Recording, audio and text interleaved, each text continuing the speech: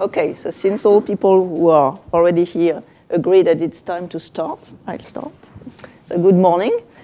So this is today the fifth of these 10 lectures on enumeration of maps. And so I'll do two rather different things this morning and this afternoon. So this morning I want to conclude the first part dealing with maps without any additional structure by asking the following question, which has some importance. What is this good for? Maybe I should have started with that. So why is it a good thing to count maps, say planar maps? And I will give three. So for those among us who like to count things, there's no reason to ask the question. We are convinced that it's certainly a good thing, but maybe we can be a bit more specific about those reasons. So here are three possible reasons. So the first one is this motivation coming from theoretical physics, and more precisely by the so-called those models of quantum gravity. And don't ask me what quantum gravity is. So in theoretical physics,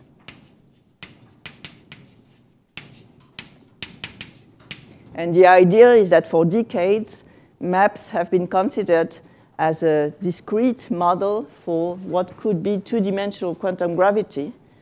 And so in this case, the matter itself is represented by a map, and it makes sense to put some model, like an Ising model or anything, or percolation or whatever, on these maps. But this is related to what I'm going to do in the second part. So this motivates somehow the second part of my lectures. Then another type of argument, which is rather different, is that so I've shown you a number of very nice formulae for the number of maps of this and that type, all maps, triangulations, and whatever. And so these were obtained in the 60s. And they were so nice that they were hinting to the fact that there were trees around, hiding somewhere. And so we could say that these nice enumerative results, they forced people to look more carefully at what could be the structure of maps. I mean, we do not claim that by removing the root edge, as we did, we have completely elucidated their structure. So somehow it urged further research for a better understanding of maps. And this is what was done in the, well, there was a big gap between the first results and then the first bijective proofs involving trees. So, say these results urge more research to explain the nice formulae that had been obtained.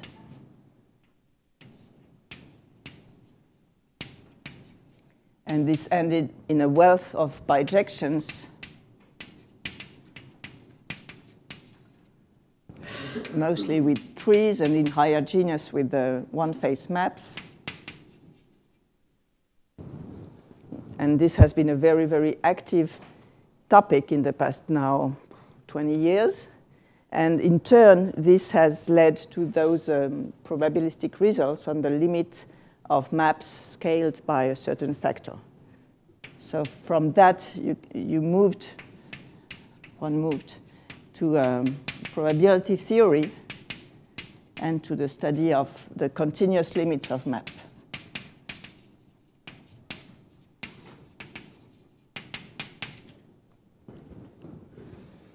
And then, so this is certainly not a complete list, I want to mention another maybe more direct application of enumeration of maps to another type of limits of maps, which is the local limits of maps, where instead of normalizing the distances by a certain power of n, you just look at what happens around the root of a large random map. So I will start this morning by giving you an idea of how enumeration can be involved in this study. And then, hopefully, I will show you the very first basic bijections between maps and trees. So in both cases, I have to say that I'm not a specialist of those topics, even though I've played a bit with bijections, certainly not with the local limits. So in both cases, it will be the very first steps of the thing. So it will be boring for a number of you who are either specialists of local limits or bijections or both, but okay, that's how it is. Okay, so I want to start with those local limits. And I thought that it may be a good idea to start with the simplest maps you can dream of, just to give you a flavor of what's going to happen next with real maps, namely to start with the plane trees. That is, maps with just one face in the plane. So I won't tell you the whole story. So there's 100 ways to describe what is the local limit of rooted plane trees, but I choose one way that is isomorphic to what I'm going to do next with maps. So maybe you'll think that it's not the most natural way of doing that, but bear with me. Okay, so what I want to do, so let me denote P of n, the number of plane trees with n edges. They are rooted, as always here. So this is the nth Catalan number. That was our first counting result in this lecture. And we also know the generating function of trees counted by edges. So this is a nice quadratic series. Okay, so these are our counting results for trees. Now the question is the following. You fix n, large. That will be larger and larger. And you pick uniformly at random one of those P of n trees with n edges. So you pick a random, and by this I mean a uniform tree with n edges.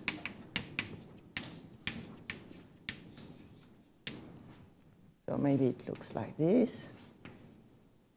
The root has degree 3.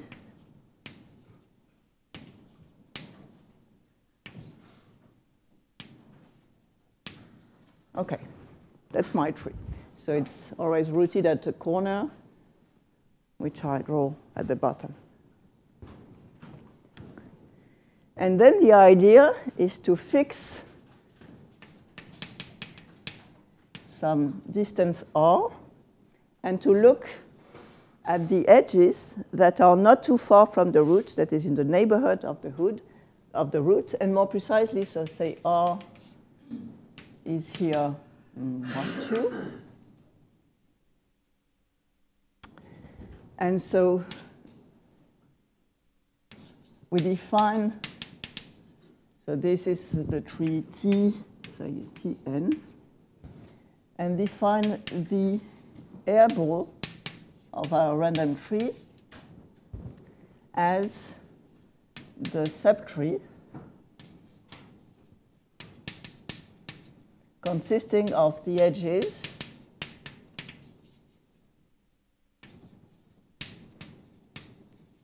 at distance at most r from the root.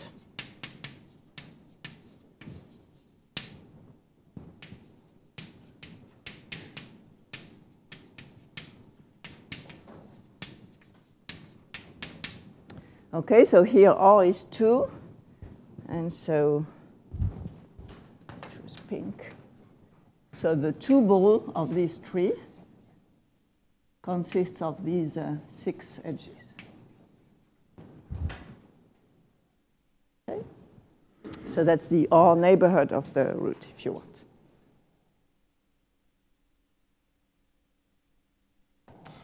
So one question, what kind of tree can be an R ball? Well, first you have all trees, you have all trees of height at most R.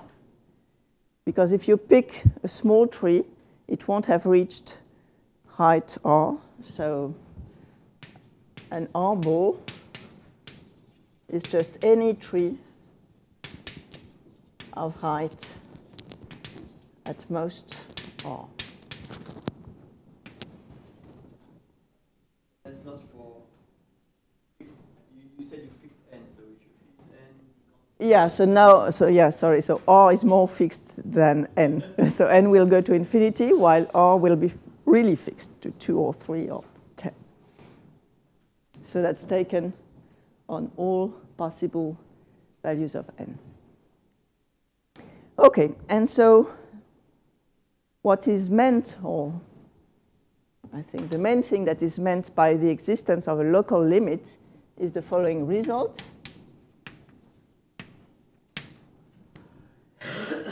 So for any R, so the height you look at, the probability, so I denote by Pn the uniform law of this random tree of size n, the probability that, so I should give a name to the R ball, so it's BR.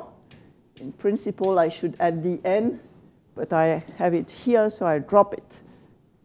So the probability that the R ball of a uniform tree of size n is equal to some b. So I should fix the ball, which is a tree of height at most R. This probability converges as n goes to infinity. So you end up with some distribution on balls to something that I will call P infinity. So that's the definition for this notation. So that's one point. The probabilities of observing a certain ball do converge. And the other point tells you that you have no loss of weight. That is that the sum of these individual probabilities is 1. So the sum on all R balls of the limiting probabilities is 1. Yeah? this is for any distribution. No, I'm just taking the uniform distribution. Otherwise, you could imagine, I don't know, taking just this tree with n edges. And, well, you would have a limit. Any ball would have limiting probability 0, but the sum would not be 1.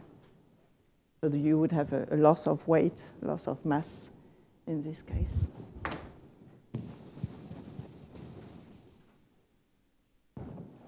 So when I say random tree, I should insist that it is a random uniform tree.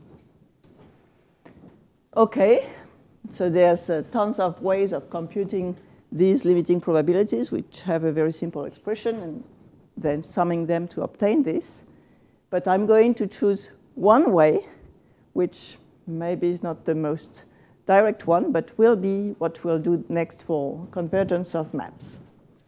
So I'm going to define, so far I'm, yeah? How is it related to Yeah, so it's very much related. So in fact, those limiting probabilities, they are compatible in the sense that if you chop a ball of height R plus 1, you get the other one. And then you have this theorem by Kolmogorov, I think, that it implies the convergence to a limiting object, which is an infinite tree. And so the thing we're going to do will also tell you something about the structure of this infinite tree, namely that it consists of a single infinite path on which some small trees are attached. Okay, so to do this, we'll define something that will be called the R cylinder of the map, of the tree.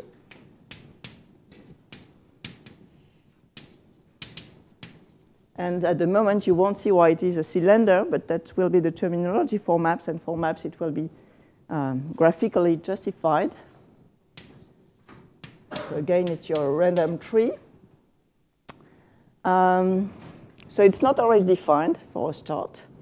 So it consists,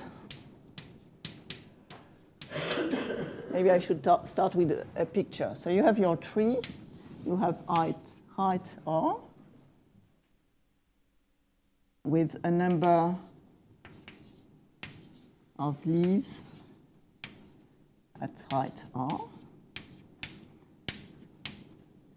So this is if the tree is high enough. And then above you have some attached subtrees. So say T1 up to Tj, if the ball has j leaves at height R.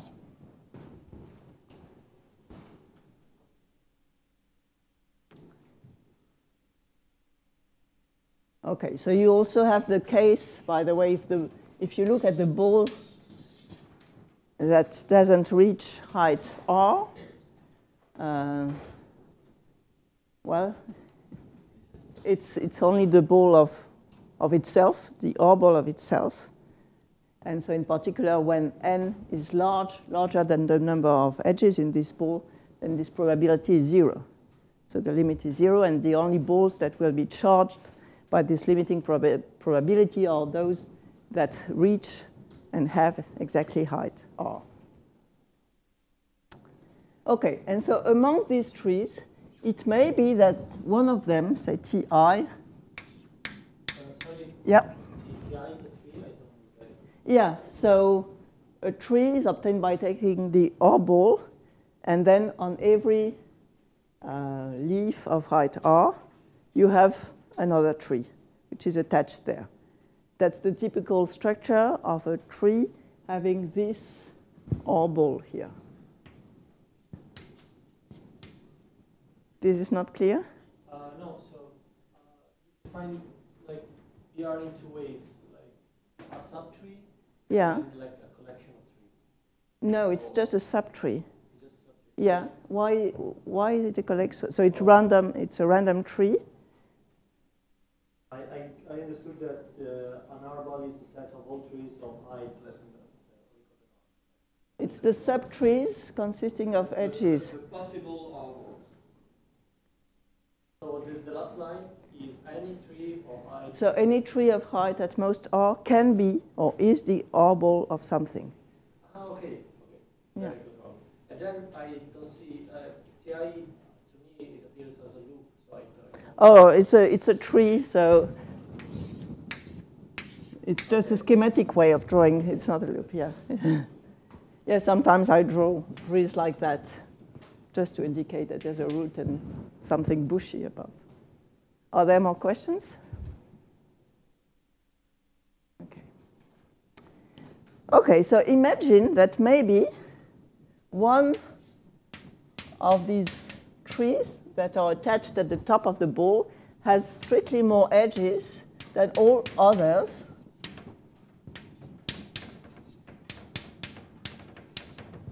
So this one, it's obvious. You see that it's bigger.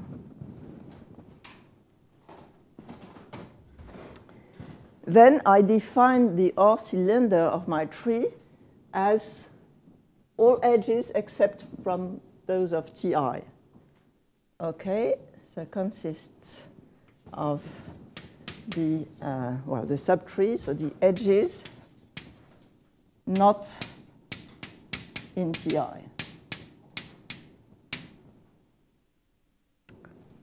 So it may be that two of these TIs have the largest possible number of edges, and in this case, I don't care. So then the cylinder is not defined. So it can be undefined.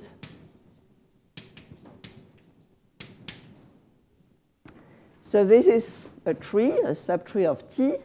And in addition, I want to remember where the large subtree was attached. So I mark the leaf at height R where this is attached with the root of Ti marked.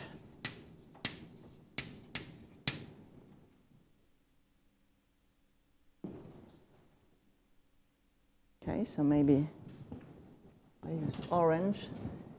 So yeah, so it's everything except Ti. That's the R cylinder.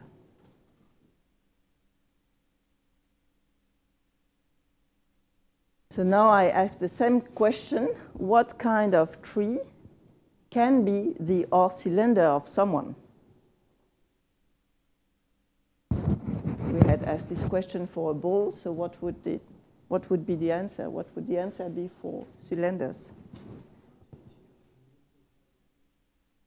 Yeah, and that's it.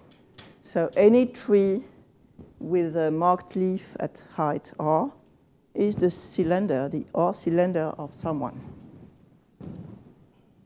So an R cylinder, so that's any tree. So again, now N can be anything with a marked leaf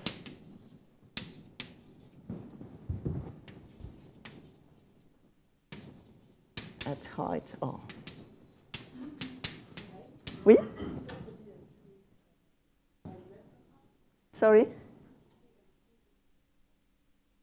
No, so I don't take that. So it's if the ball of T has not height R, I say it's undefined.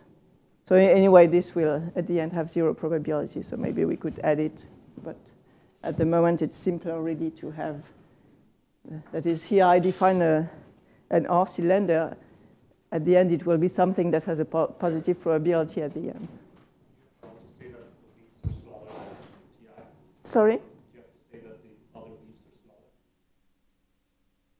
The other subtrees here? Yeah, or you mean here? Yeah. No, because given such a tree, I can always build one Ti, big, that is bigger than all other dangling subtrees, such that the tree, if I add this large Ti, well, I get a tree whose cylinder is the tree I started from. So really, maybe I should draw another picture. So you have something like that. That's the ball. You have small trees. And then something gigantic, or at least very big here, on which is attached to the marked vertex.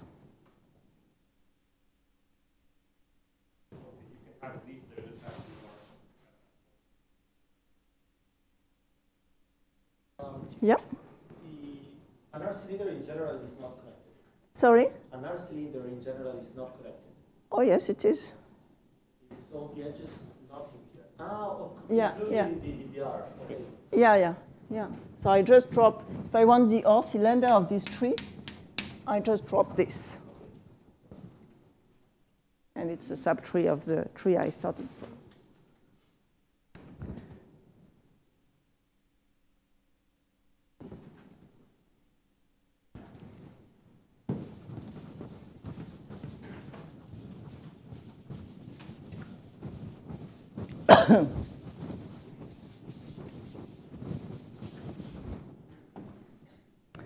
And so what we'll actually prove using this approach that I'll then generalize to maps is the counterpart of this theorem, but for cylinders.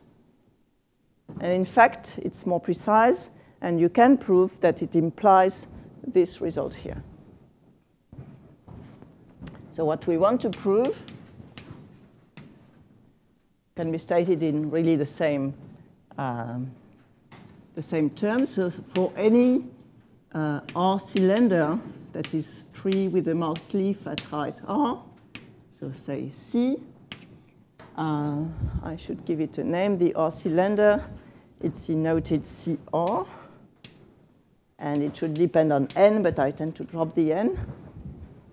So any cylinder C, if you look at the probability that you observe C as the R cylinder, this probability as N increases converges to something, which I denote P infinity. And again, there is no loss of mass. That is the probability, the sum of the limiting probabilities is 1 if you sum over all such marked trees.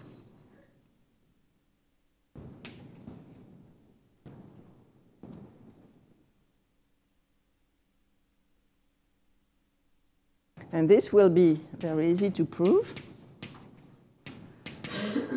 and will rely on those enumerative results, and then you will have the same four maps.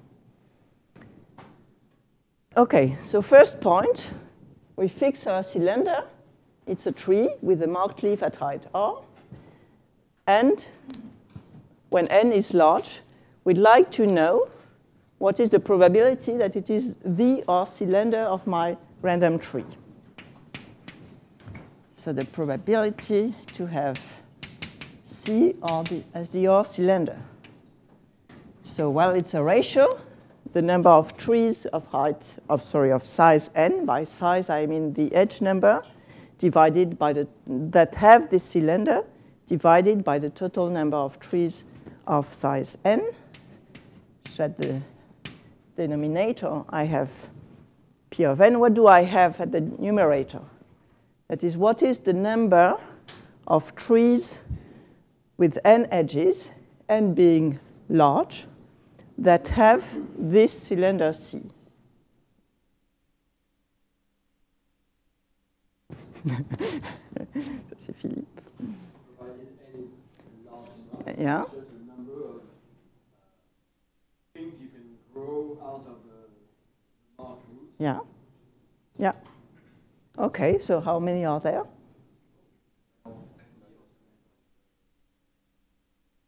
So that's the number of trees. So that's the number of possible TIs. And so they should just have the right number of edges. So n minus the edges that are already in C. Okay? So given the cylinder, I just have to choose what I put on this marked leaf.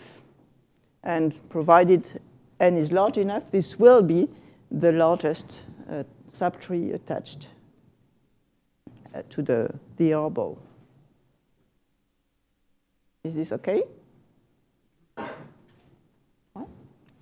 Okay, and now I can use this enumerative result. So this is explicit, but I just want the limit as n goes to infinity. So when n goes to infinity, this is asymptotic to some kappa 4 to the n to the minus 3/2. And so you take a ratio of two numbers of that type. So the cylinder is fixed. So E of C is also fixed. So the kappa disappears in the ratio. Also, n minus E over n to the minus 3/2 goes to 1. And so the only thing that remains in the limit is 4 to the minus the number of edges of the cylinder. Formula is only good if number of edges is larger than all the... Yeah.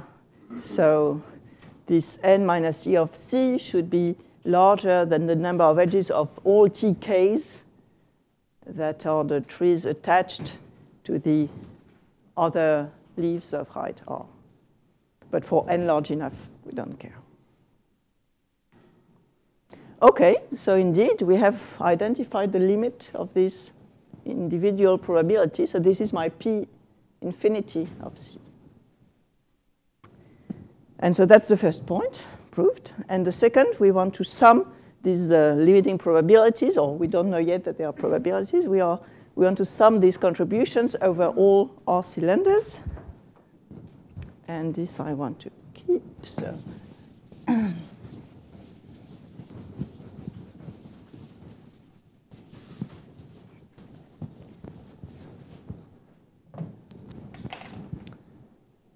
So now we take all our cylinders, and we want to sum this and to prove that it's 1. So one way of doing it is by induction. So when you look at height 0, well, the only well, what is a cylinder? You need to have a marked leaf at height 0. That's the only cylinder. It has no edge. So 4 to the 0 is 1. And we are done. That's what we want to prove. And then you do this by induction.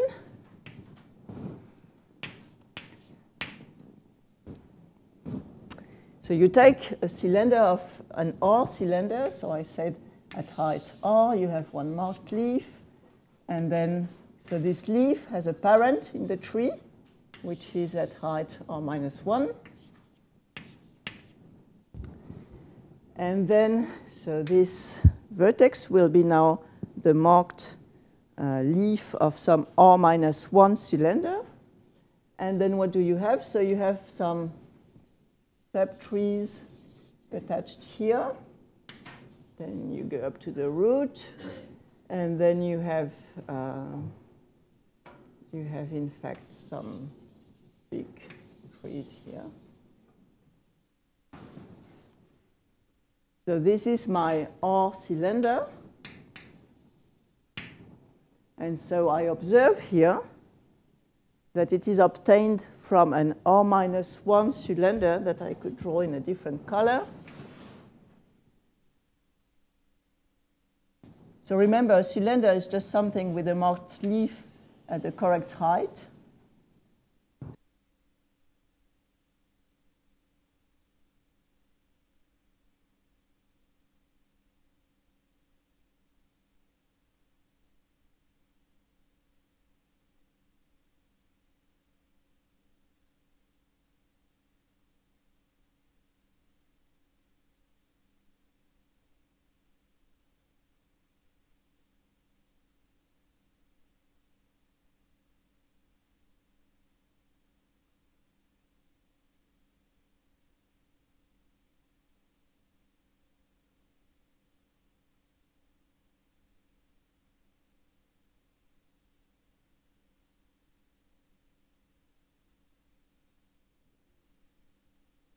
Okay, so it's a sum over all possible C prime, then a sum over any trees U1 and U2, and then it's 4, it's not E, 4 to the edge number of C, so that's what? That's the edge number of C prime, then there's this edge, and then there's U1 and U2.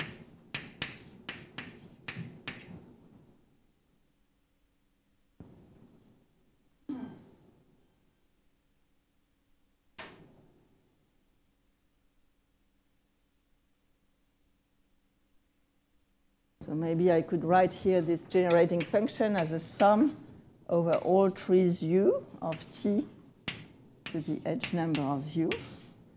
So that's another way of writing the generating function with the monomial for every tree.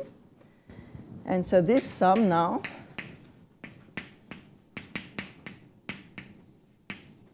so I have 4 to the minus E of this smaller cylinder. Then I have a quarter coming from here. And then I have the product of two sums, sum over U1 of 4 to the minus the edge number. So that's just my generating function which I should call P of t. So this is just P evaluated at a quarter. And then it's squared, because I have here two subtrees, U1, U2.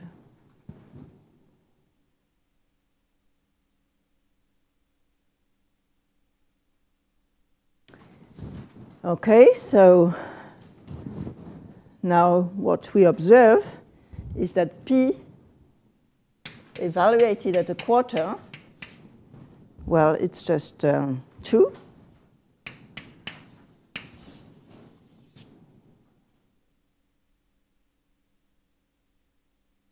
And so if you replace this by 2 here, you'll get exactly the same sum, the sum over all r-1 cylinders of 4 to the, or a quarter to the number of edges, which is the thing we started from, but with r-1 instead of r. So by induction, you'll get 1 at the end. Yeah? The last P there is the so that's the generating function. So that's this sum here of t, so here a quarter, to the number of edges. And you see that you have here the product of two such generating functions.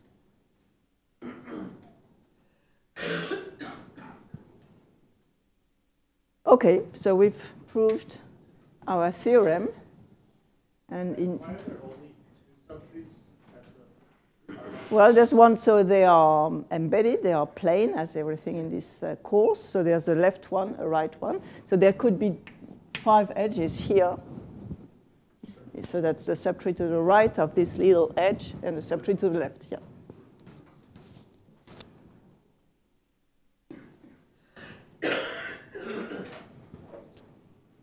Okay, and so what could I say? So I will stop here with trees.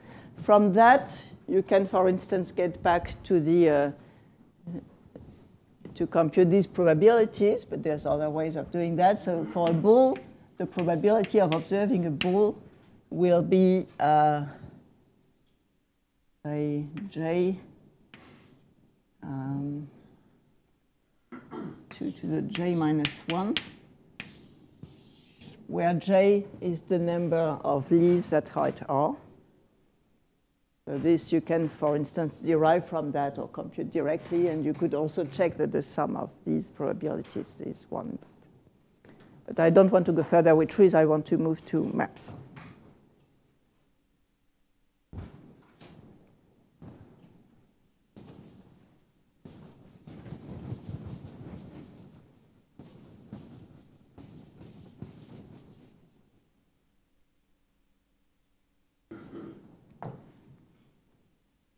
Okay, so that's my second part.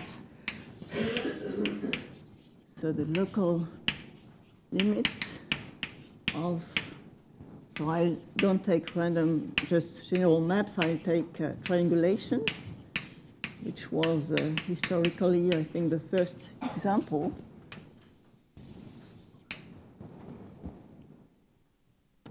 So the first convergence result was established by Omer Angel, but the things I'm going to describe are you'll find in papers by Maxime Krikoun. And then this is explained, maybe better than in the original paper, by some further papers. So there's where you have also more results by Laurent Ménard. Then there's a paper by Curie and Le Gall, and certainly others.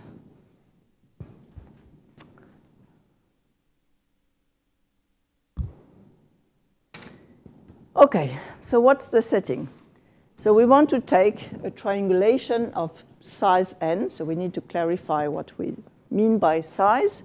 And what I'm going to take is, in fact, what I called, I hope, a near triangulation.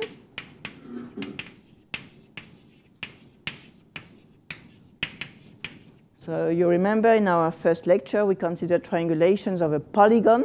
That is, we wanted the outer face to be simple. no cut vertex in the outer face. And the finite faces must have degree 3. So that's what I call a near triangulation.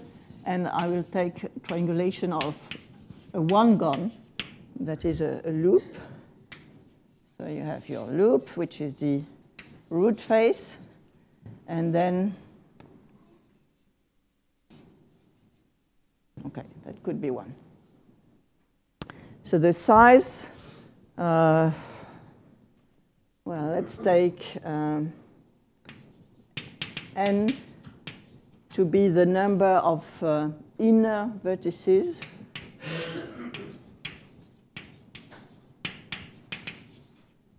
So by inner, I mean not on the root face. So here it's simple because there's just one vertex on the root face.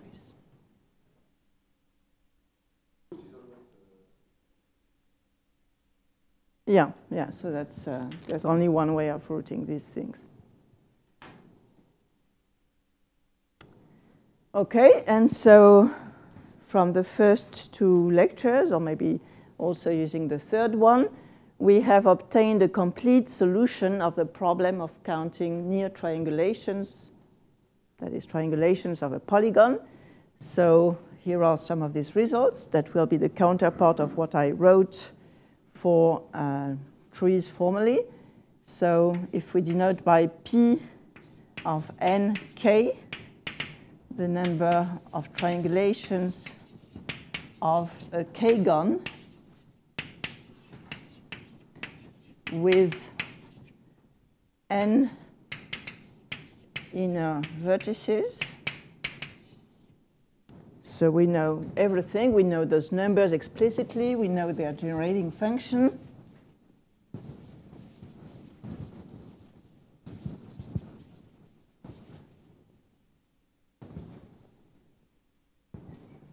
So this I certainly have to copy.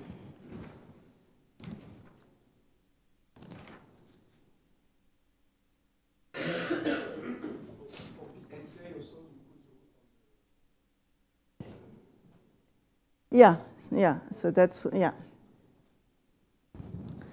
So here's a formula for P. I've shifted things a bit, n plus 1k. So that's 2k. Then there's a binomial coefficient. Then it's essentially a to the n divided by 2 linear factors in n.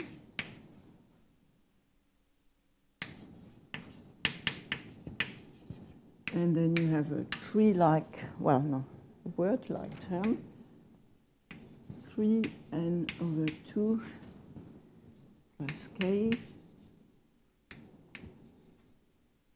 choose n plus 1.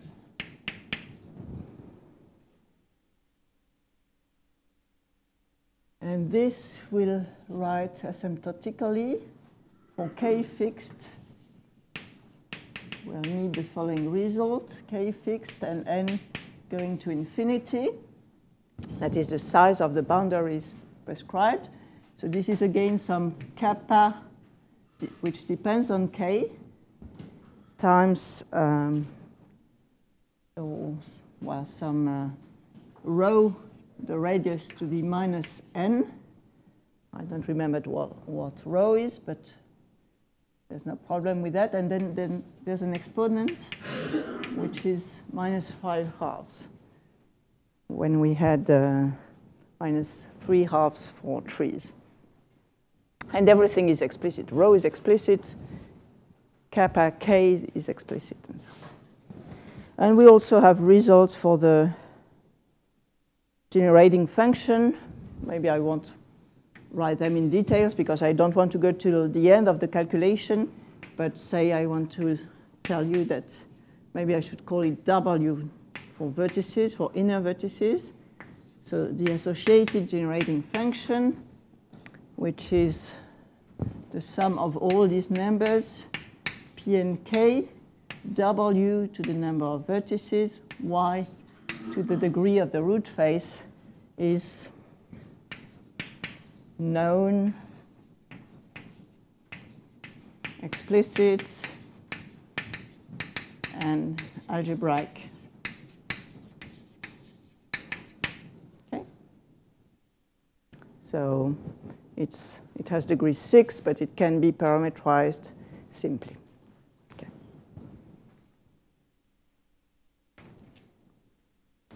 Okay, so these are the enumerative results that we will use. And in fact, as in the case of trees, we only use them in the limit of large size. That is, we don't use these nice formula, but the asymptotics.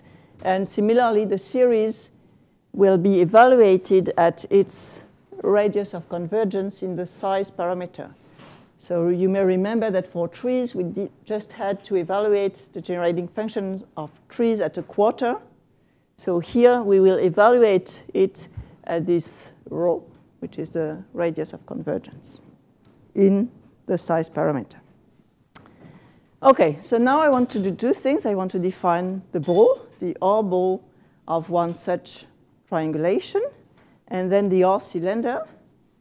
And I want to prove the convergence of the distribution of balls, and I'm going to prove the convergence of the distribution of cylinders by counting arguments.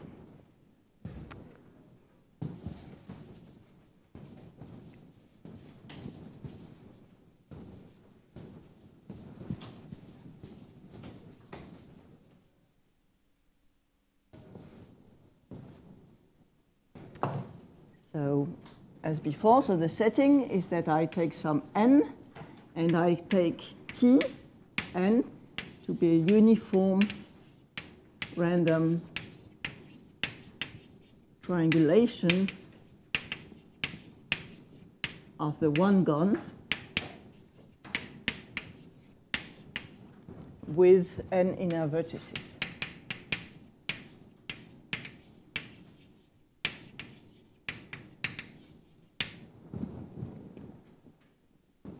Okay, so I want to define the en ball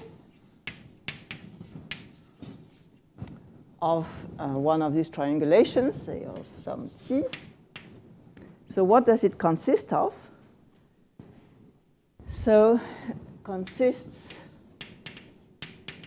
so you want to take, so you have the root vertex, and you want to take things not too far from the root vertex. And by not too far, what is meant here consists, that's not correct, consists of all faces of t at distance, no. So all faces having a vertex at distance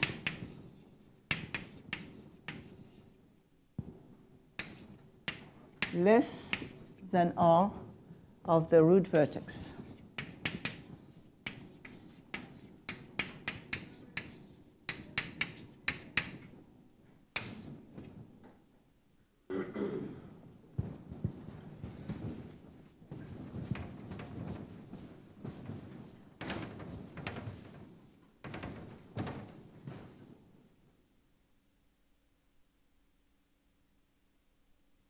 Okay, so let me try to do some examples. So I have the outer face, which is this big one gun.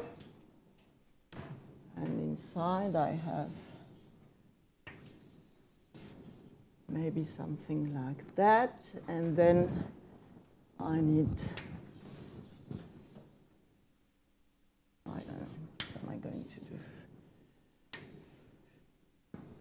I want to create something that's a bit far from the root vertex. So maybe, well, maybe I can stop here. Okay, so this vertex here is the root vertex, and it's at distance 0 from itself. Then all its neighbors are at distance 1.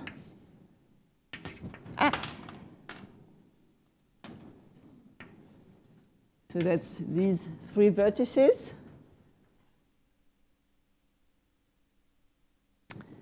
And then I have here one final vertex at distance 2 from the root vertex.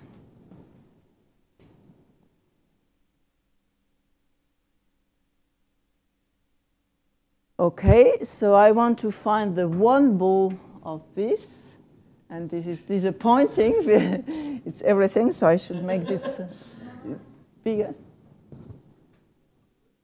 Sorry? Ah, yeah, the one ball is okay. Well, it will contain all faces. Nope, because it's less than 1. So the one ball consists of faces that are in fact incident to the root vertex, because you want a vertex at distance 0 from the root.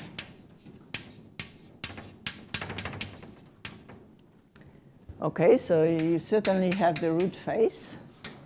You have all these faces here.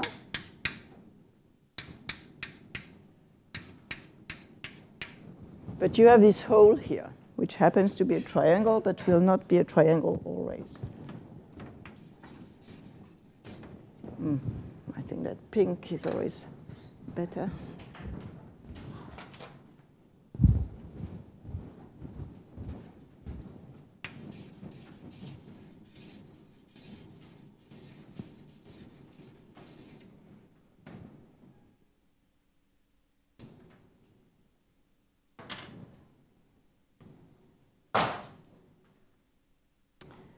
Okay, so same question as before. What kind of map can be an R-ball?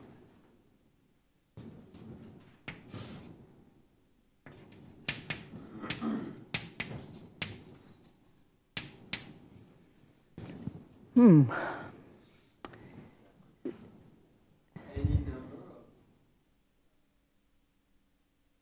of triangulations. Yeah, so what you get is that you get holes like here. And you can get several of them. So it's really, even though I've not defined that, it's really a triangulation of a surface with holes.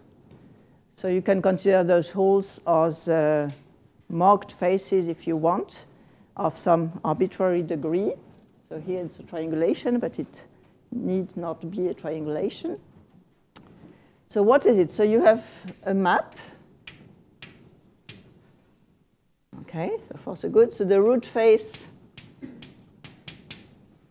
of degree 1 is always there because it's adjacent to the root vertex. So we've kept it in the ball, fortunately. Then you have a number of holes.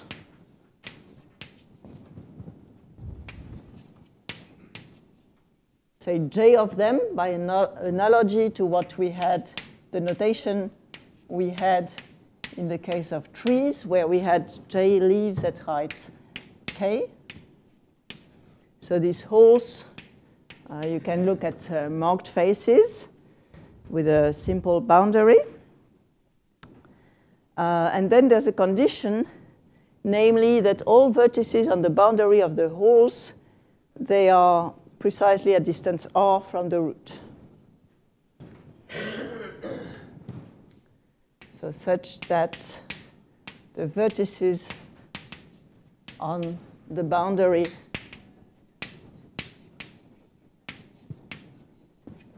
of each hk, they are, and I'm moving to something to the left.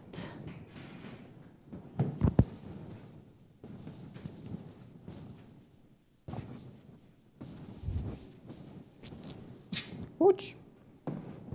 So what did I write? The vertices on the boundary of hk, they are at distance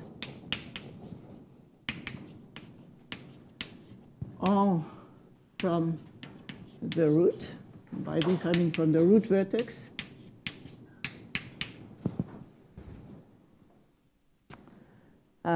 What do we have? So we have that all other faces that is all faces but holes, well, all faces, in fact, including the holes. So they contain a vertex at distance less than r from the root.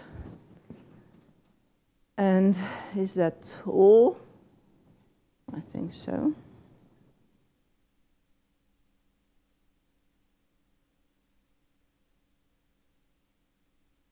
Yes, what I call a hole is something with a simple, yes, you're right, you're right. You can't have, I should add that.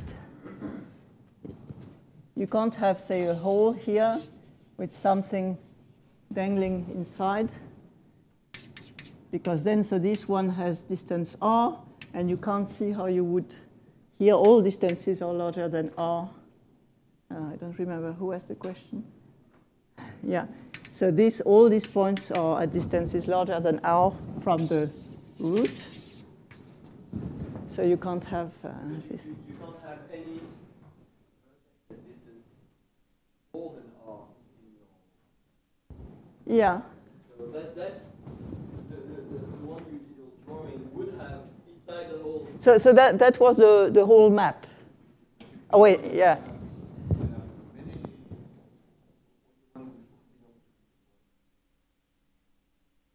Sorry, what are you saying? All the faces which are one of them, Vertices.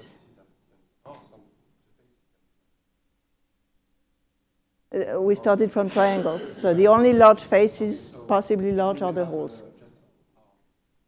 So that's the condition and forgot. And all, say, other faces, well, in fact, all faces, and non-holes, non-hole, non-root faces have degree 3, which is the condition I forgot.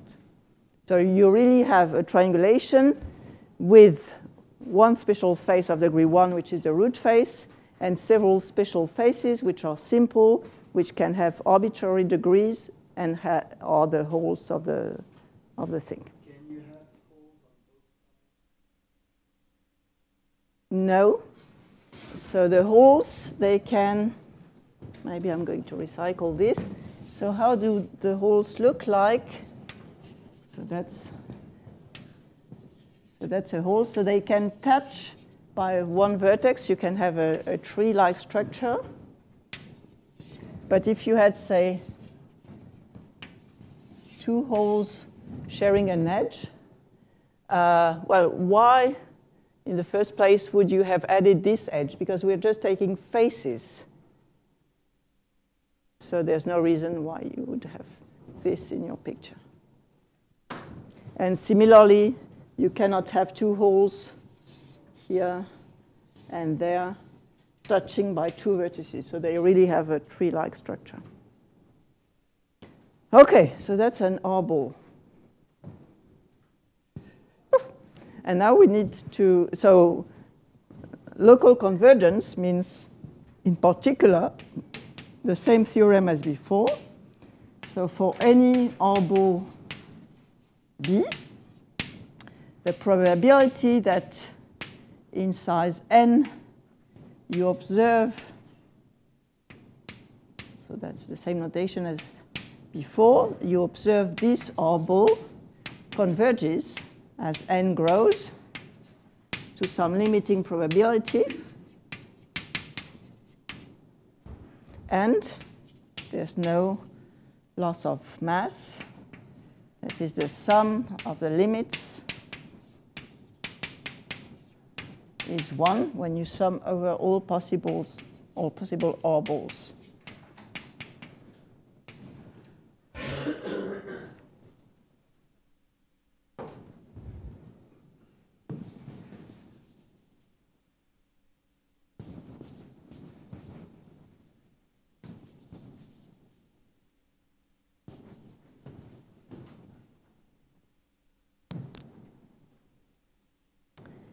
OK, and given what I've done for trees, maybe you can guess what the R cylinder will be.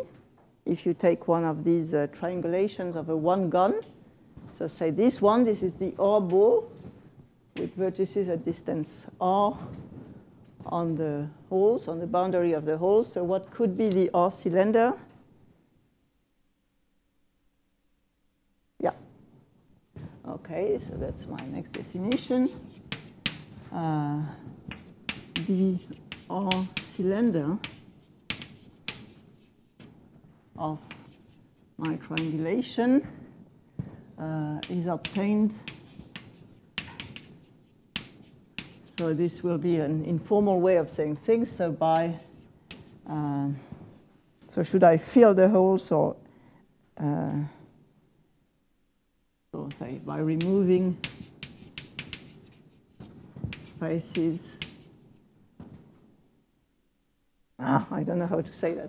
Removing faces from the largest. So I should say what the largest means. From the hole HI having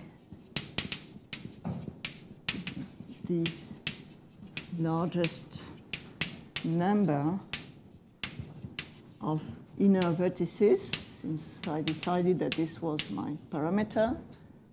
I usually prefer playing with faces because you see what they are, but then you will always have these periodicities with faces because they are, their number is prescribed mod 2, which is not the case for vertices. The largest number of inner vertices, so among the HKs, and this means so, and filling the other holes HK. So that is now in the cylinder, I have just said this was the largest hole, and this is the only part which is missing in the R cylinder. All these ones have been filled with the original triangulation.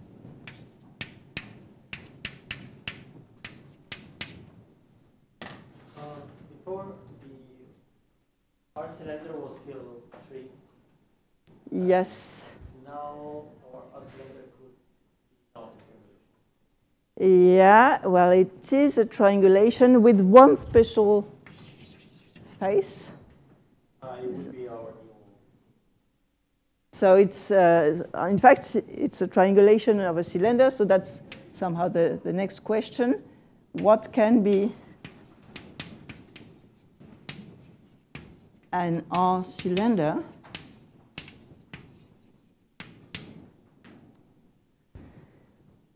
So we filled almost all holes. So what you have is a map with, so again, this can be undefined. If you have two holes with the same number of inner vertices, and the largest number of inner vertices, or if the R ball was small, that is, didn't contain any vertex at distance R. So it's sometimes undefined.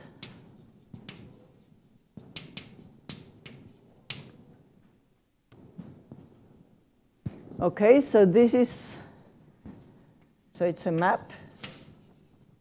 with a root face of degree 1.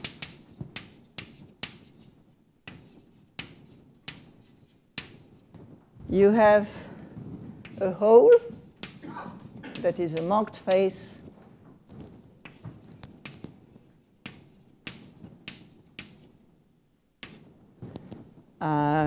with boundary vertices at distance R from the root.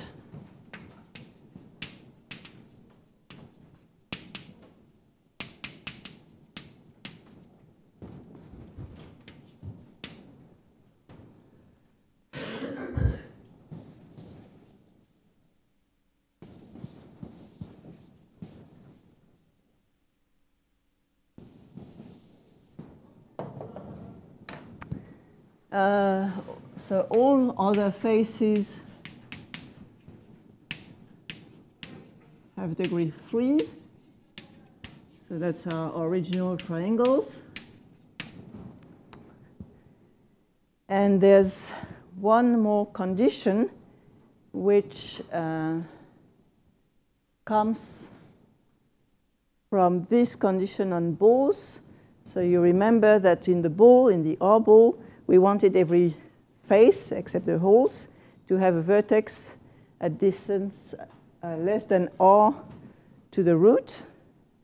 So this is still true of the vertices on the only hole that we've kept.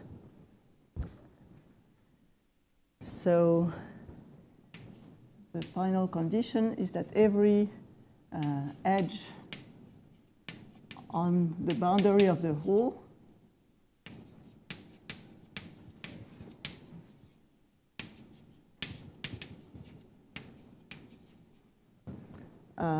is incident to, well, a triangle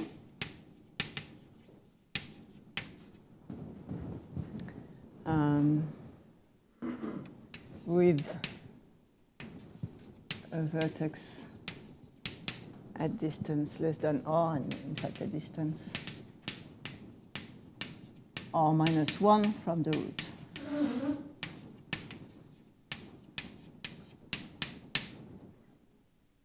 So this is, I think, the last condition. So we want the original root face, the hole, then this condition, and then all other faces are triangles. So that's an R cylinder. Yeah.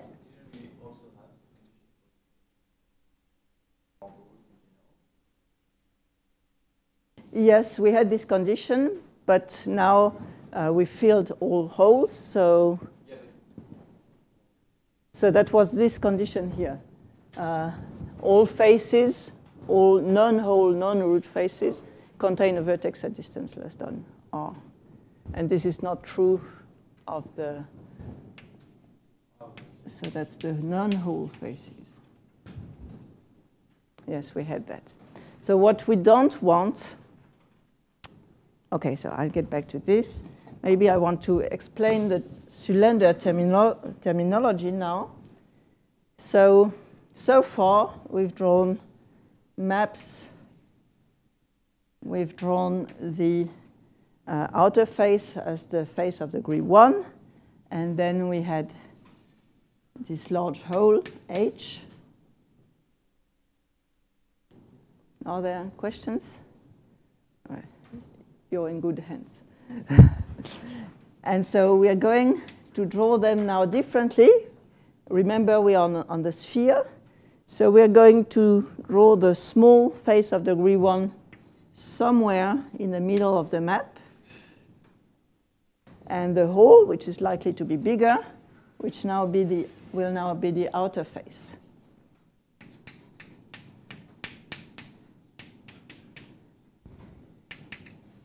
So the hole was blue, say.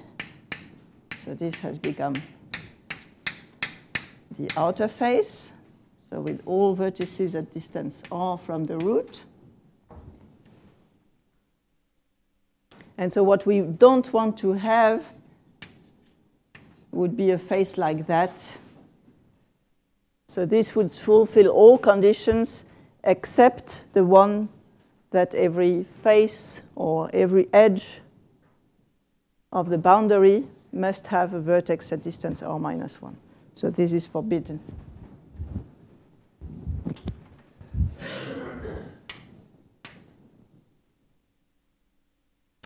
And another way, other pictures that you will see in papers look like this.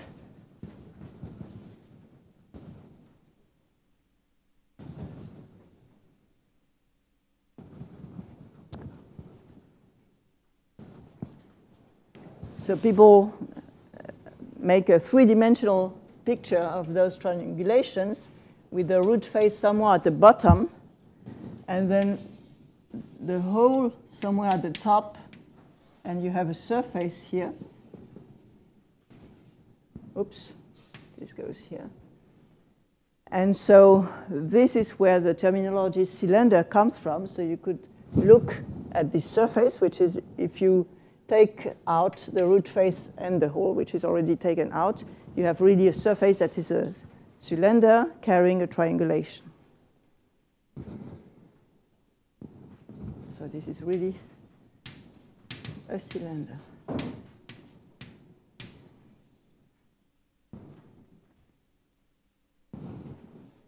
And in some papers, you have indeed very nice pictures of how they look like. OK, and now what we want to do is to prove the convergence of the cylinder probabilities and this thing. So that's completely isomorphic to what we stated for trees. For any R cylinder C, the probability to observe C as the R cylinder converges to some limiting probability,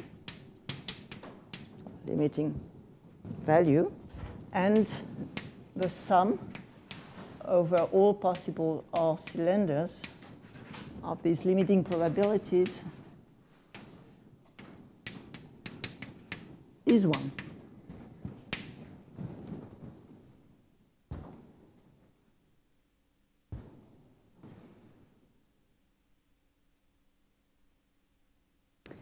And that's the only thing I will prove or tell you how to prove, because I won't get into all details of the calculation. And we'll see that enumeration comes into the picture.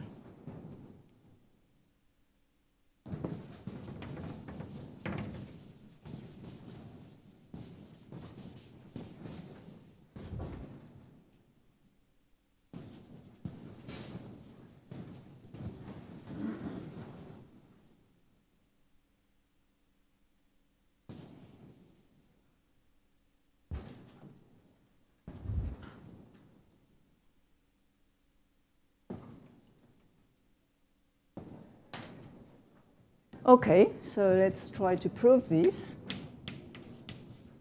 Are there some questions on the definitions of balls and cylinders? Our cylinder may have less than n versions. Yeah, you've lost all vertices that were in the largest hole. With the trees, we added enough so that it stayed. Well, it was the same for the trees. So for trees, the R cylinder, you had lost a whole subtree, which was in fact the biggest subtree attached at height R. So you had lost many vertices as well.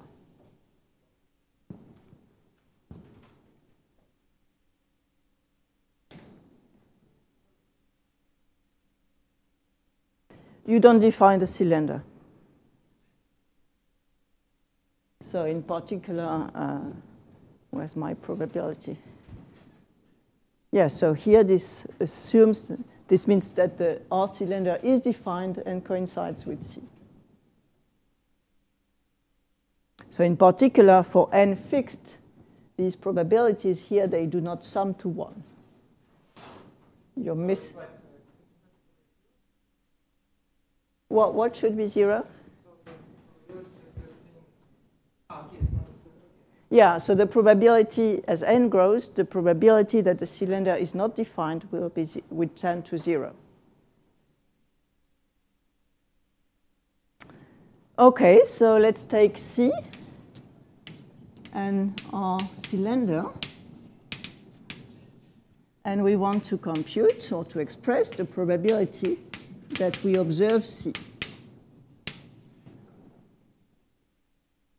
So it's the same kind of calculation as before. So it's the number of triangulations that have C as R cylinder divided by the number of triangulations with n inner vertices and 1 as the outer degree. So question, what should I write here as the numerator?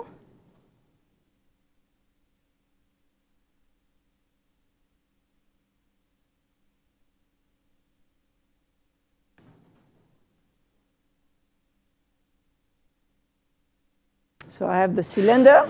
It looks like this, or like that, if you prefer. And to go from the cylinder to the whole triangulation, I have to fill in one hole with many vertices. But again, n goes to infinity while r is fixed and the cylinder is fixed. So what's the number of ways of filling this single hole that my cylinder has?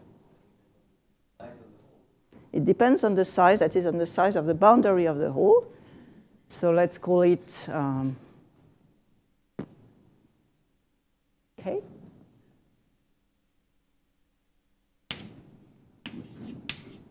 So the boundary face, or the hole has the boundary of hole is equal to K. So how can I fill now this hole?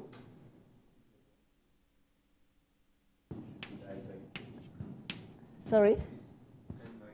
It's n minus, so it's n minus, yeah, so the number, so it's not edges now, I've moved to vertices, so it's probably the number of vertices up to 1 of the cylinder. I want to count, okay, it's the vertices minus 1 because I'm not counting, so my conventions are probably not optimal, but let's leave it like that. So it's all vertices except the root. So there's plus 1 and then K. So here, so this is really the number of, if I draw my thing as a real cylinder, so this is C, put here R, and then this numerator here tells you how many hats I can put on the top here to form my triangulation. So K is the length of the boundary here. And so let me check with the number of, so this one with n non-root vertices. So yeah, indeed, if in V of C I count all vertices, I don't want this one to be counted, hence the 1. Okay. Yeah. The whole, that's a very good point. So the whole is here, it's not rooted, but it can be rooted in a canonical way by exporting the rooting. We'll see that a bit later, but by exporting the rooting here, or the root edge here from the bottom up there. And so you're right, that's an important, because this thing was counting rooted triangulations of a K-gon. And in fact, so another way of saying that is that in rooted triangulations, or in rooted near triangulations, all edges have their own identity. There's no symmetry. So everything you consider is explicitly or implicitly rooted. So I'll get to that later when we construct R cylinders from R minus 1 cylinders. Okay, so what is the limit of this ratio as n goes to infinity? So did I keep the enumerative results? I didn't. But so there was some constant kappa k, that's a bit unfortunate. So at the denominator, I have kappa 1. Then there was a radius to the minus n, and then some n to some power. So really in the limit, what you keep is rho to the minus v of c plus 1.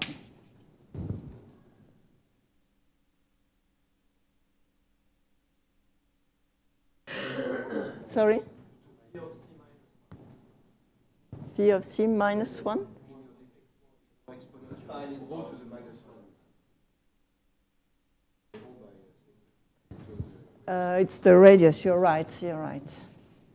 So that's always the difficulty between the radius and the growth constant. Thank you.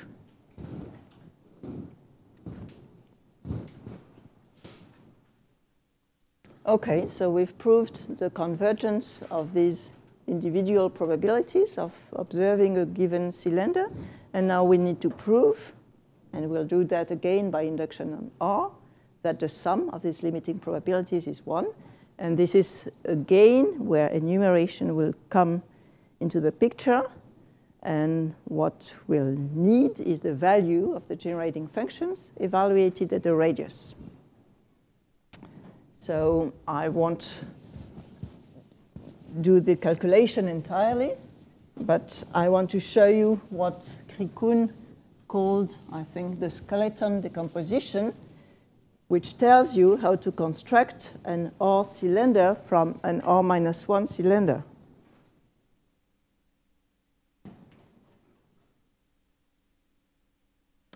So I won't prove all statements here, all descriptions. But what happens, could I recycle some picture? Was there a frowning face somewhere? No? Okay, so you look at your R cylinder. So it's a map. Outside you have the hole with vertices at distance R. And so you must remember that every edge here on the boundary is incident to a little triangle whose third vertex is at distance R-1. So that's what you see locally around an edge of the boundary of the hole. So you have more things like that. Maybe these two triangles share the same third point.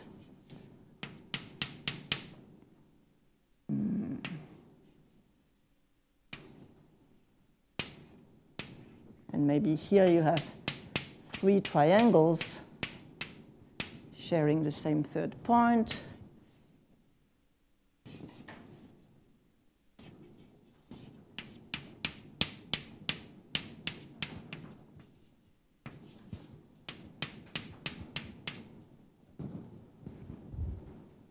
Okay, so that's what you see around those edges on the boundary.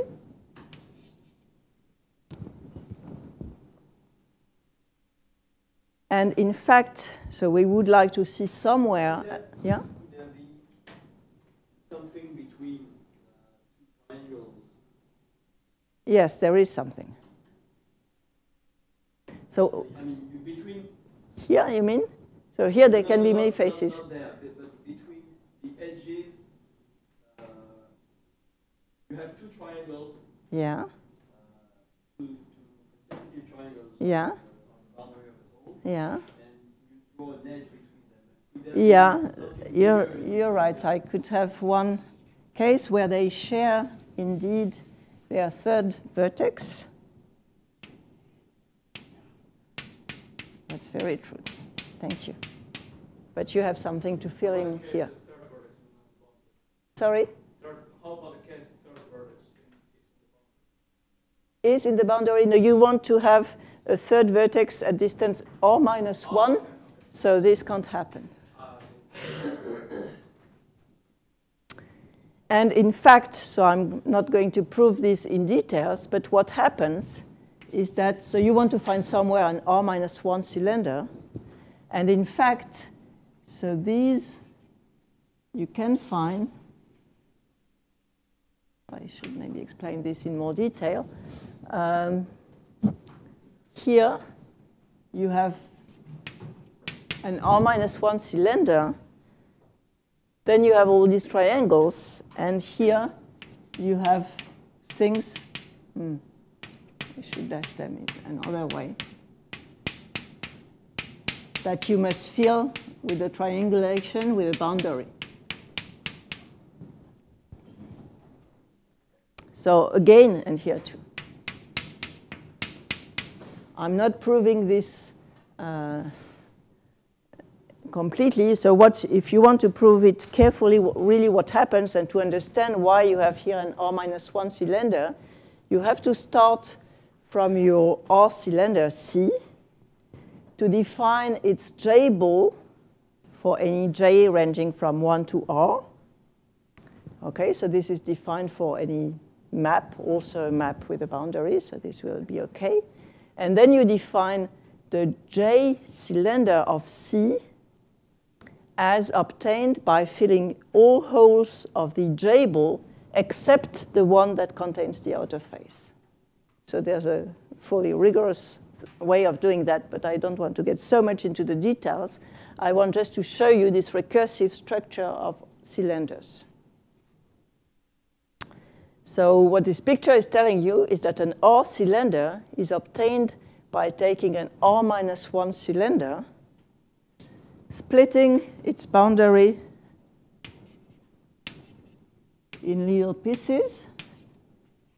And here you have one piece. And then adding things here and those triangles here. And this is what we want to convert into an expression for the sum of these limiting probabilities, or for a recursive expression of the sum of these probabilities.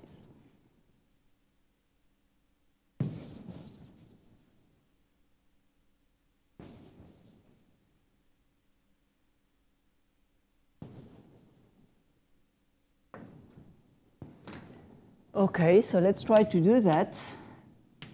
I take the sum over all R cylinders. So K is the size of the boundary. So I have kappa K over kappa 1, and then the ratio to the number of vertices minus 1. And I want to write this as a sum over all R-1 cylinders of something. So beforehand, when I had trees, I was just going from the R-1 cylinder to the R cylinder by adding a little edge and 2 subtrees. So now, to go from the R-1 cylinder to the R cylinder, I need to add lots and lots of little triangulations here, plus the triangles. So you want to. So that's the last thing I'm going to do precisely and entirely. So by the way, how to root the outer face of a cylinder. So say this one was the root edge of the R-1, of the boundary of the R-1 cylinder. So you can decide by convention that you will choose this one, that is the one, the edge which is on the triangle to the right of this piece as the root edge.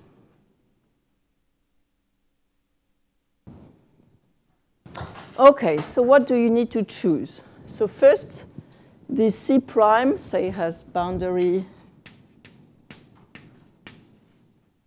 B. So you need to chop these B edges into a number, in fact, into K.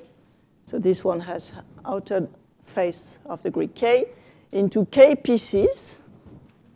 So what will it be? So you want some B1 plus BK to sum to B. So this will be the length of these pieces here. And this can be 0. So BI is non-negative. Yeah. So K is the boundary of C. Yeah. The same. Yeah, so you want, so you have here K triangles pointing to a vertex at height R-1. And so between those K triangles, you have K holes filled in red. Okay, so some of them maybe 0. Yeah, yeah. So here you had 0. Here you had 2 of these chunks that were at 0 as well. Yeah.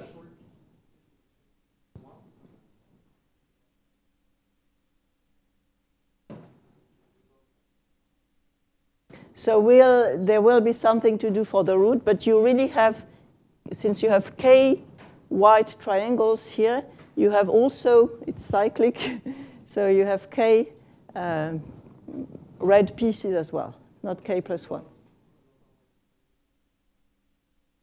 This one I keep as a single one, but maybe we can take care of this directly. I want to tell, well, so for every hole, red hole, I need to choose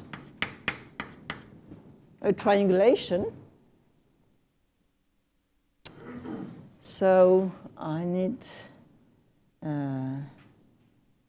it's a sum. So how will I call them? T1, Tk, and the boundary of Ti must be, so here, say this was B1 and that was 2. So the boundary is Bi plus 2.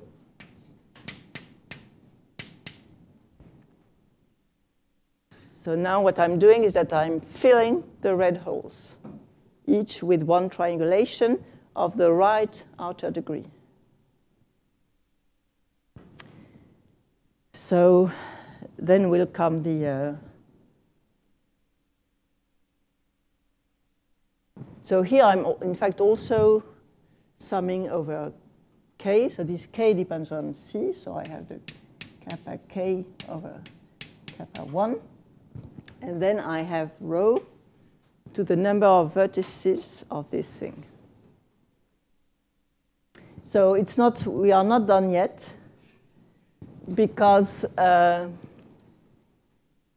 should I say that?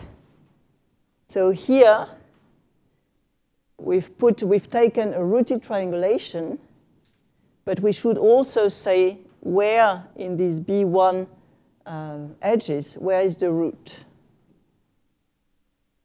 That is, I take a rooted triangulation, but I need to adjust it to the root that I have here. Maybe, how should I say that?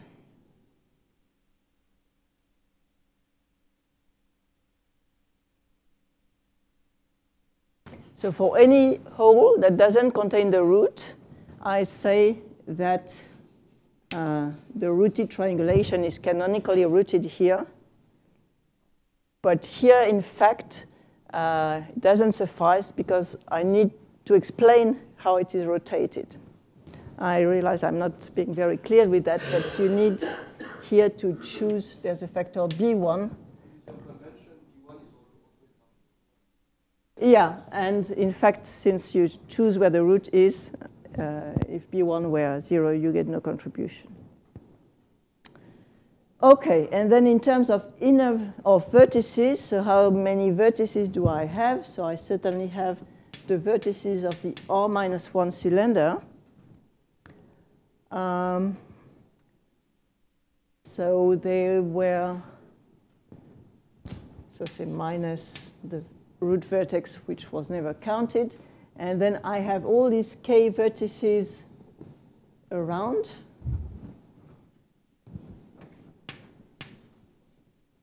At distance r. And then I have all inner vertices of the little pieces I have added. So plus the sum from 1 to k of the inner vertices of the triangulation Ti.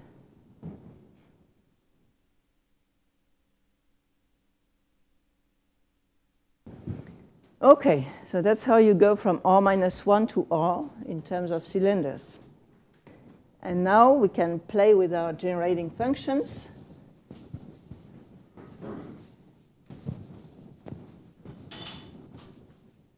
So remember that what we know very well is the following series, P of W and Y, which is the sum of P of N and B, W to the N, Y to the B, which is also the sum over all triangulations of Y to the inner vertices of T, Y to the boundary of T. Okay, and we should identify in this big sum something like this series. So I'm moving here. Okay, so we can safely copy the first things. So we are choosing an R-1 cylinder. Then we'll choose, so we have rho to the V-1. And then starts this big sum. So we could write it maybe as a sum over. So I have kappa of C prime. No. And this will be the miracle. It should appear at the end if I want to argue by induction. So we are taking a number of triangulations, say k, and we have the kappa k over kappa 1. And then we have, so this factor, the boundary of T1, and then the product of rho to the inner vertices of Ti.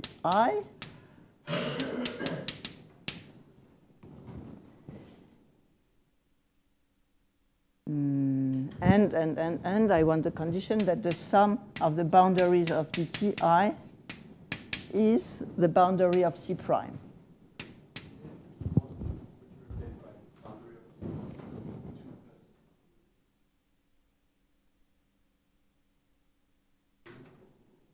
B of T1, you're right, there's a 2, and here there's the same problem. So here B1 was not the boundary, it was the boundary minus 2. Yeah, is that what you're saying?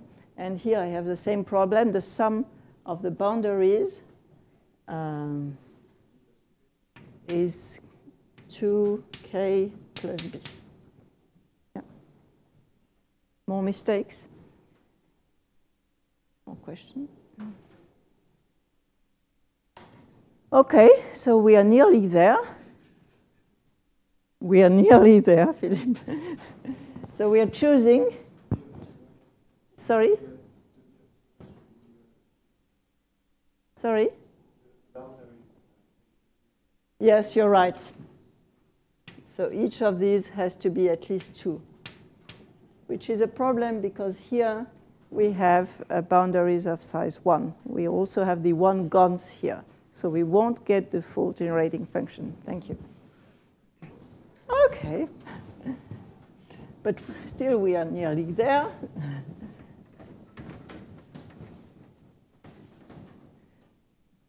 That is, if we didn't have this condition, which relates the boundaries of the pieces to the boundary of the C prime we started from, we would just have a product of generating functions. So k minus 1 are essentially this one, and there's one with this term here. So what I'm saying here is that this is the sum over all C prime, rho to the V of C prime minus 1, say over kappa 1. And then this is the coefficient of y to the something in a product of k generating functions. So I'm missing the k.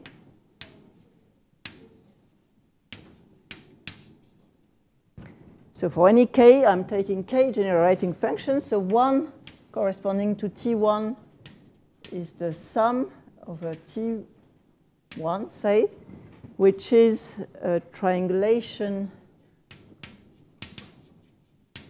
of some not k-gon, triangulation with boundary at least 2. And then I have the boundary of T1 minus 2 times rho to the number of inner vertices of T1. So that's one series that comes here. And then I have k minus 1 series of the form. So again, the boundary must be at least 2, and then I just have. So I'm missing the y's, but they will come soon. So what I want is that the sum of these things is b. So what I want is to extract the coefficient of b in series where every triangulation would be weighted by its boundary minus 2. And here 2.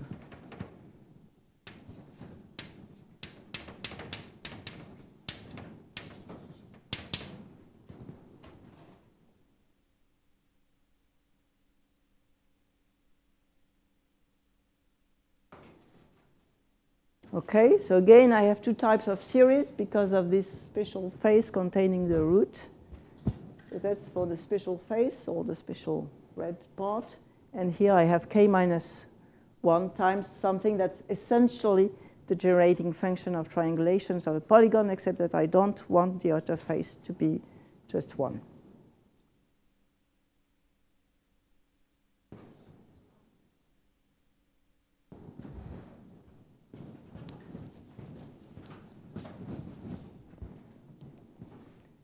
And so this we still rewrite now in terms of generating functions. So C prime, we have rho to the vertices of C prime minus 1 over kappa 1.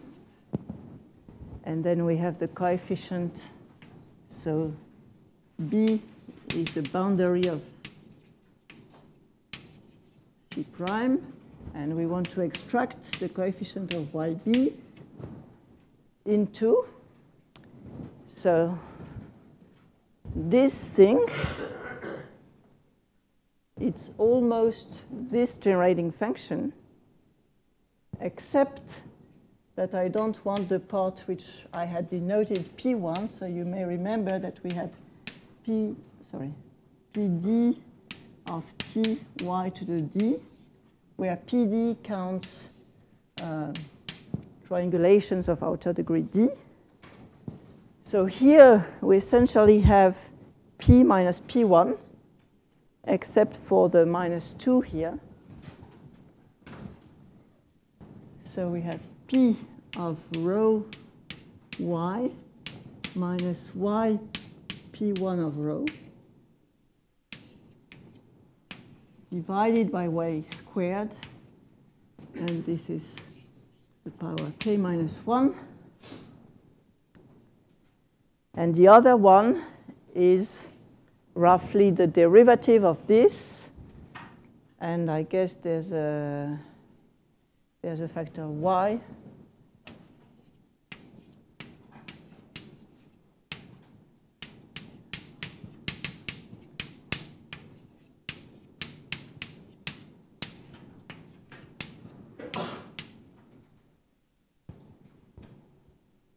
And I'm missing the sum over k.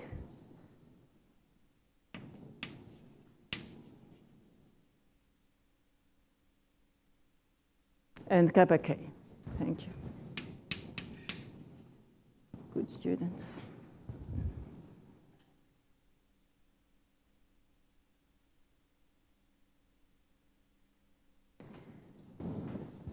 Okay. So let me call this some z of y, a series that we know explicitly because we know P, we know P1, and we know them at the radius. So I'm summing over all C prime rho to the V C prime minus 1 over kappa 1. And I want the coefficient of YB in the sum over K over kappa K. And here I have Z of y to the k minus 1, and I have, why would I have a denominator? I have no idea. So I have also y, and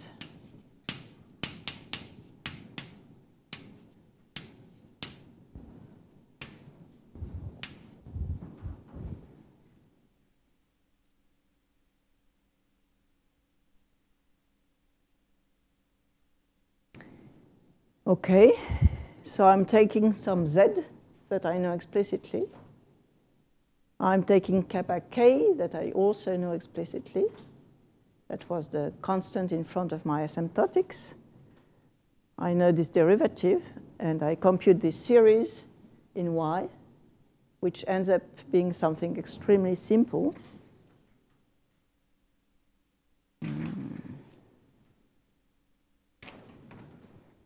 So I can give some, well,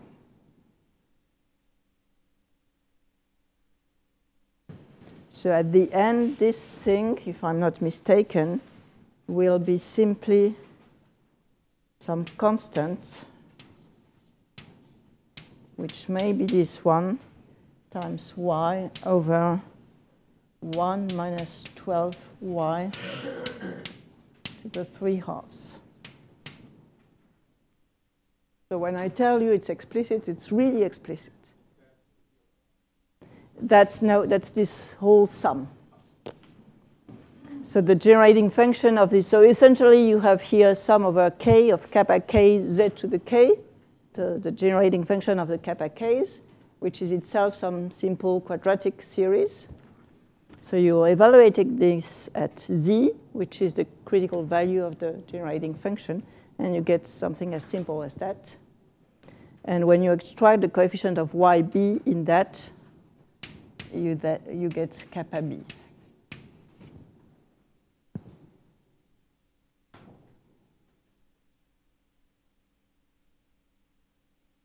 So there seems to be lots and lots of miracles in that. And I have, and I think several of us have the feeling and that in a sense, this is too many details that we have put in the picture to prove. So this proves that the sum over C is the sum over all C primes, and then you proceed by induction. There's also an initial condition, which is in fact the same calculation. Or you could say that you look at the ball, at the -1 ball equivalently. And so I think that, that Laurent and Marie have a better understanding that this will happen for many, many families of maps possibly decorated. But that's one way of proving that you don't lose weight in your maps. And so this is really just the beginning of a whole story.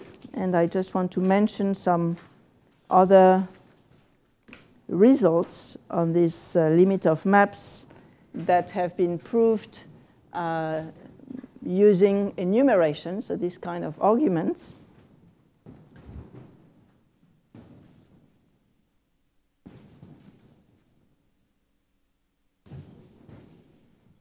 So that's the very, very first step.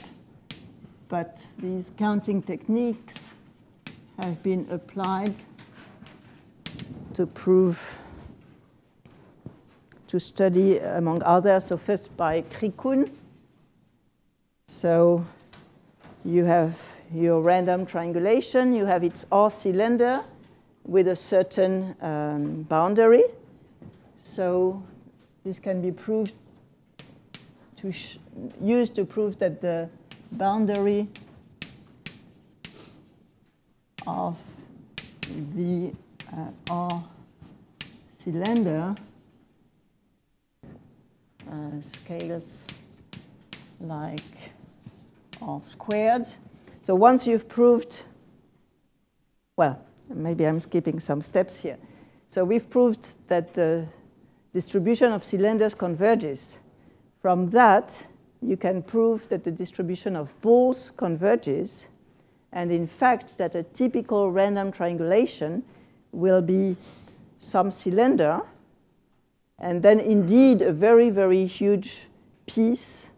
So every ball statistically has a cylinder, and you don't have two very big chunks over in the holes of the R ball.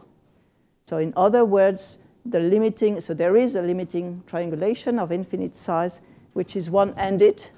That is, it's some, so you will see some pictures like, so you have little pieces and then one big thing that goes to infinity. So there are much nicer pictures than this one. But this is what a large random triangulation of a one-gun looks like. And so here you'll find, this could be bigger, but still the big chunk is here. So this is the boundary of the R cylinder, and so it scales typically like R squared. Then what has been studied also, so this is due, I think, to Krikun. So another kind of result, well, you can ask in this R ball or in the R cylinder, how many faces or vertices do I have? And so this has been studied by Laurent Ménard. And so the R ball and the R cylinder, I should call it CR. So what do you see at, how many vertices do you have at distance R for BR, or essentially R for CR, contain essentially R to the 4 vertices. And in fact, Laurent has a complete description of the law. You were not the first, so who should I cite for that? Omer Angel? Angel? Okay. And so you have the law, the limiting distribution as n grows of the number of vertices in the R ball. Yeah. Okay, so this is related to the fact that when you look at a large map, the typical distance or its diameter scales like n to a quarter. So this is the same fall, in a sense, that you have here. And, well, I guess I will stop here. Yeah,